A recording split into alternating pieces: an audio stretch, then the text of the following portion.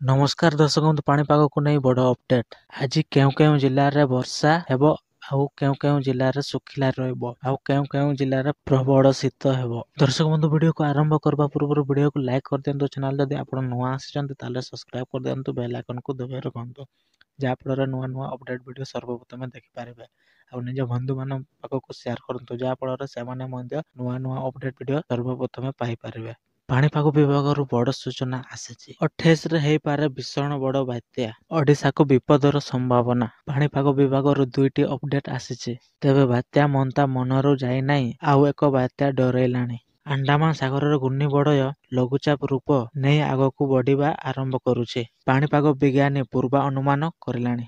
ଏହା ବାତ୍ୟାର ରୂପରେ ନେଇ ଓଡ଼ିଶାକୁ ରହିବ ବିପଦ। ଦର୍ଶକ ବନ୍ଧୁ, ଏବେ ପର୍ଯ୍ୟନ୍ତ ଆପଣ ଭିଡ଼ିଓକୁ ଲାଇକ୍ କରିନାହାନ୍ତି ତାହେଲେ ଲାଇକ୍ କରିଦିଅନ୍ତୁ। ଚ୍ୟାନେଲ ଯଦି ଆପଣ ନୂଆ ଆସିଛନ୍ତି ତାହେଲେ ସବସ୍କ୍ରାଇବ୍ କରିଦିଅନ୍ତୁ, ବେଲ୍ ଆଇକନକୁ ଦବାଇ ରଖନ୍ତୁ, ଯାହାଫଳରେ ନୂଆ ନୂଆ ଅପଡେଟ୍ ଭିଡ଼ିଓ ଆପଣମାନେ ସର୍ବପ୍ରଥମେ ପାଇପାରିବେ।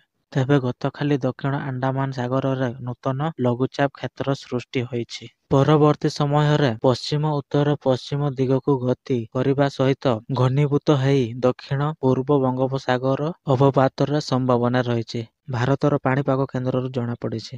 26 ତାରିଖରେ ଦକ୍ଷିଣ ଆଣ୍ଡାମାନ ସାଗରରେ ଅବପାତ ରୂପ ନେଇ 28 ତାରିଖରେ ଭୀଷଣ ବାତ୍ୟା ହେଇପାରେ ବୋଲି ପାଣିପାଗ କେନ୍ଦ୍ରରୁ ସୂଚନା ମିଳିଛି। ଆଉ 29 ଏବଂ 30 ତାରିଖ ଅତି ଭୀଷଣ ବାତ୍ୟା ହେଇପାରେ। ଆନ୍ଧ୍ର ଏବଂ ଓଡ଼ିଶା ଉପରେ ବାତ୍ୟା ମୁହାଁଇବ ବୋଲି ପୂର୍ବାନୁମାନ କରିଛି ପାଣିପାଗ କେନ୍ଦ୍ର। ଆଜି କେଉଁ କେଉଁ ଜିଲ୍ଲାରେ ବର୍ଷା ଅଛି କି ନାହିଁ ଏହା ଜାଣିବା। ପଶ୍ଚିମ ଓଡ଼ିଶାରେ ଆକାଶରେ ଦେଖିବାକୁ ମିଳିବ ବାଦଲ। ଆଉ ଓଡ଼ିଶାରେ କେଉଁ କେଉଁ ଜିଲ୍ଲାରେ ତାପମାତ୍ରା କେତେ ରହିବ ଆଉ କୋଉ କୋଉ ଜିଲ୍ଲାରେ ପ୍ରବଳ ଶୀତ ହେବ। ମାଲକାନଗିରିରେ ରହିବ 19 ଡିଗ୍ରୀ, ନବରଙ୍ଗପୁରରେ 15 ଡିଗ୍ରୀ, କୋରାପୁଟରେ ଭୀଷଣ ଶୀତ 14 ଡିଗ୍ରୀ ତାପମାତ୍ରା ରହିବ। ଏହାପରେ ନୂଆପଡ଼ାରେ 16 ଡିଗ୍ରୀ ତାପମାତ୍ରା, ବଲାଙ୍ଗୀରରେ 17 ଡିଗ୍ରୀ, ରାୟଗଡ଼ାରେ 19 ଡିଗ୍ରୀ, ରାୟଗଡ଼ାରେ 16 ଡିଗ୍ରୀ, କଳାହାଣ୍ଡିରେ 17 ଡିଗ୍ରୀ, ଗଞ୍ଜାମରେ 21 ଡିଗ୍ରୀ, କନ୍ଧମାଳରେ ଭୀଷଣ ଶୀତ ହେବ 14 ଡିଗ୍ରୀ ତାପମାତ୍ରା ରହିବ, ଭଦ୍ରକରେ 18 ଡିଗ୍ରୀ, ସୋନପୁରରେ 17 ଡିଗ୍ରୀ, ବରଗଡ଼ରେ 19 ଡିଗ୍ରୀ, ସମ୍ବଲପୁରରେ 18 ଡିଗ୍ରୀ, ଝାରସୁଗୁଡ଼ାରେ 14 ଡିଗ୍ରୀ, ସୁନ୍ଦରଗଡ଼ରେ 16 ଡିଗ୍ରୀ,